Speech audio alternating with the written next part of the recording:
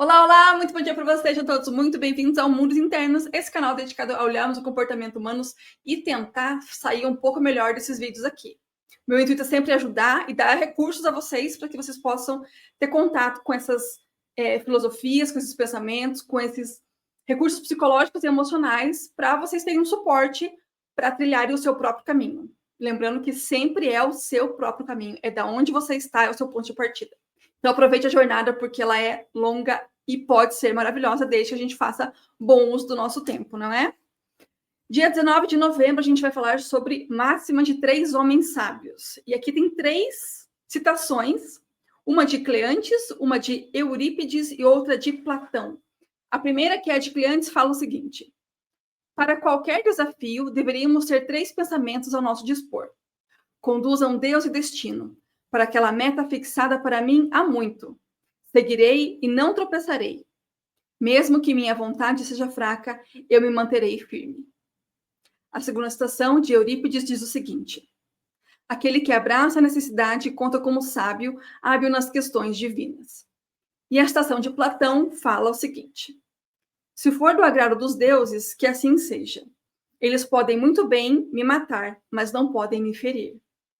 Essas 3 citações compiladas por Epicteto nos mostram, com sabedoria através da história, os temas da tolerância, da flexibilidade e da aceitação. Cleantes e Eurípides evocam destino e sorte como conceitos que ajudam a facilitar a aceitação. Quando temos uma crença em que um poder maior ou superior, seja ele Deus, sejam deuses, não existem acontecimentos que vão contra o plano. Mesmo que você não acredite numa divindade, pode encontrar algum consolo nas várias leis do universo, ou mesmo no círculo da vida. O que acontece conosco como indivíduos pode parecer aleatório, perturbador, cruel ou inexplicável, quando de fato esses acontecimentos fazem perfeito sentido ao distanciarmos nossa perspectiva, mesmo que apenas ligeiramente. Pratiquemos essa perspectiva hoje. Finja que cada acontecimento, quer seja desejado, quer seja inesperado, ocorreu deliberadamente, foi realizado especificamente para você. Você não lutaria contra isso, lutaria? Se a sua vida tivesse sido desenhada para você, você iria contra ela?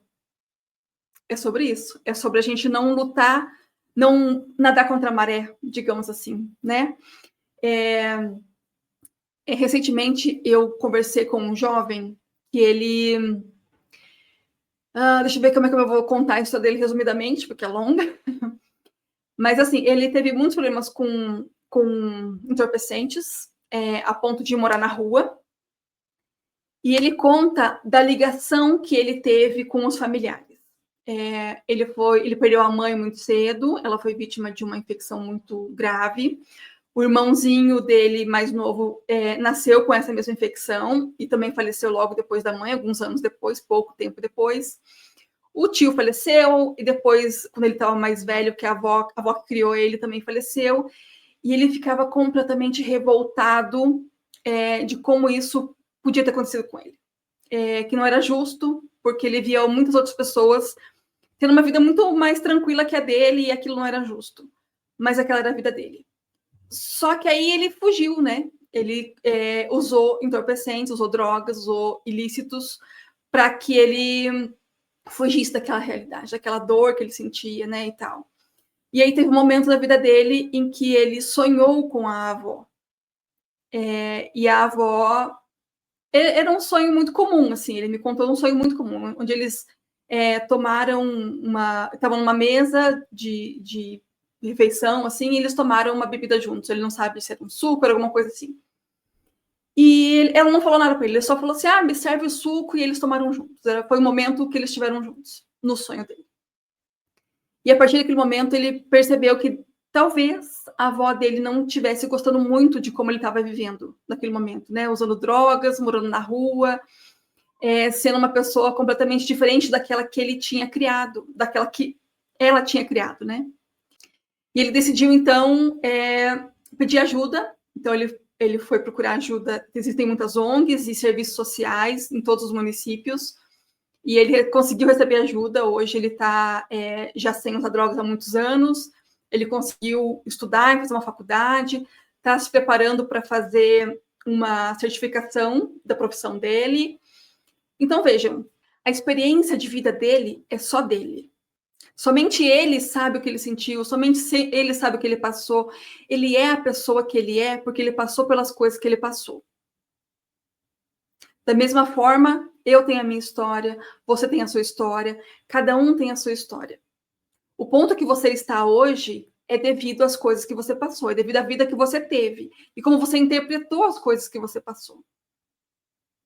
A forma como a gente interpreta as coisas faz toda a diferença. Esse rapaz me revelou um momento muito interessante que ele teve, nomenclatura que ele usou, com Deus. Ele duvidava muito de Deus, porque ele dizia que aquilo era impossível. Quando alguém vinha falar para ele sobre algo mais divino, como um criador, como Deus, como algo nesse sentido, ele falou assim, nossa, Deus é bom. Ele debochava assim, né? Nossa, Deus é tão bom que minha família inteira já morreu, olha a vida que eu tenho, olha onde é que eu tô. Como é que você tem coragem de vir falar de Deus para mim? Era uma coisa assim que ele tratava.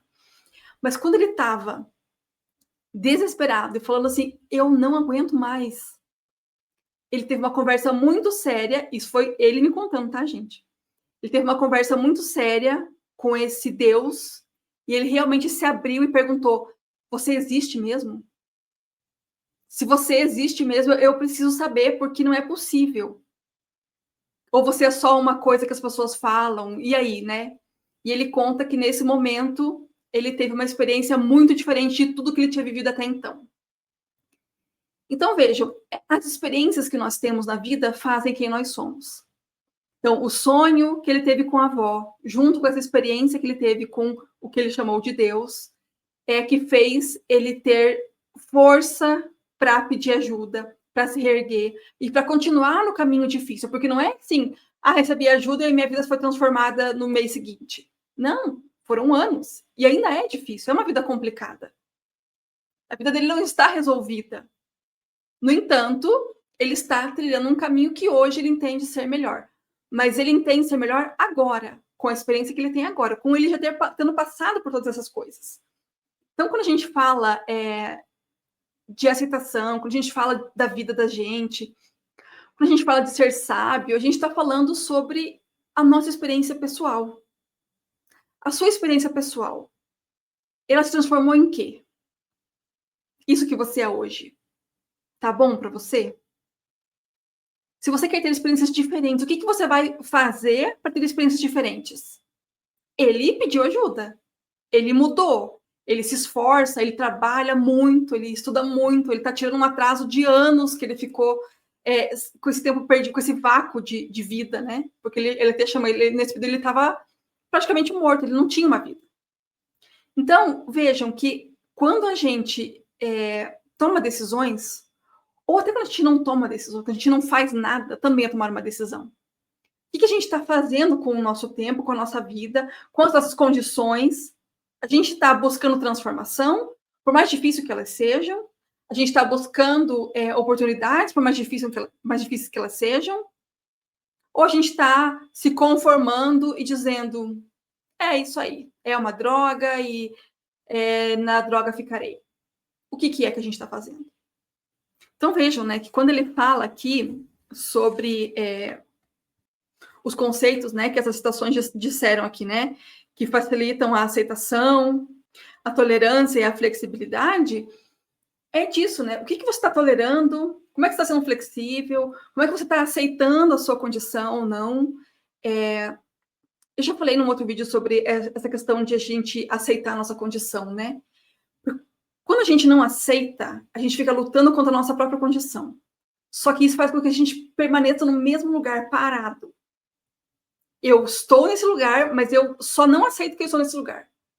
Quando você aceitar que você está nesse lugar que você está, aí você consegue se mexer. É isso que a aceitação faz. De novo, vou repetir. Aceitação é diferente de conformismo. O conformismo te mantém no lugar. A aceitação te fala, ok, essa é a minha realidade, mas não quero ficar aqui, por exemplo. E aí eu consigo me movimentar numa direção diferente. Então, por isso que a aceitação é importante, né? Porque ela te deixa num num lugar desconfortável, muitas vezes. Ela traz uma percepção da realidade que, às vezes, a gente não tem. A gente se incomoda com alguma coisa, a gente não sabe direito o que é. Só que para você aceitar o que é, você precisa saber o que é.